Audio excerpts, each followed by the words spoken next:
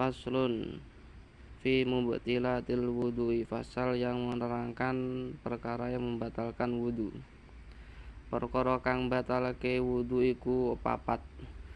Perkara yang membatalkan wudu itu ada 4.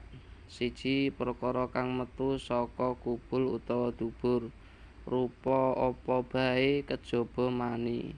Yen mani ora mbatalake wudu nanging majibake adus. Perkara yang keluar dari kubul atau dubur. Kubul itu dalan depan atau kemaluan, atau dubur itu anus.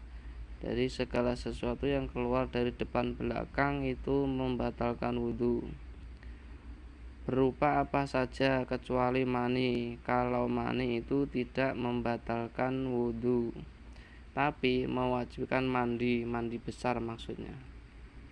Nomor loro, ilange akal sebab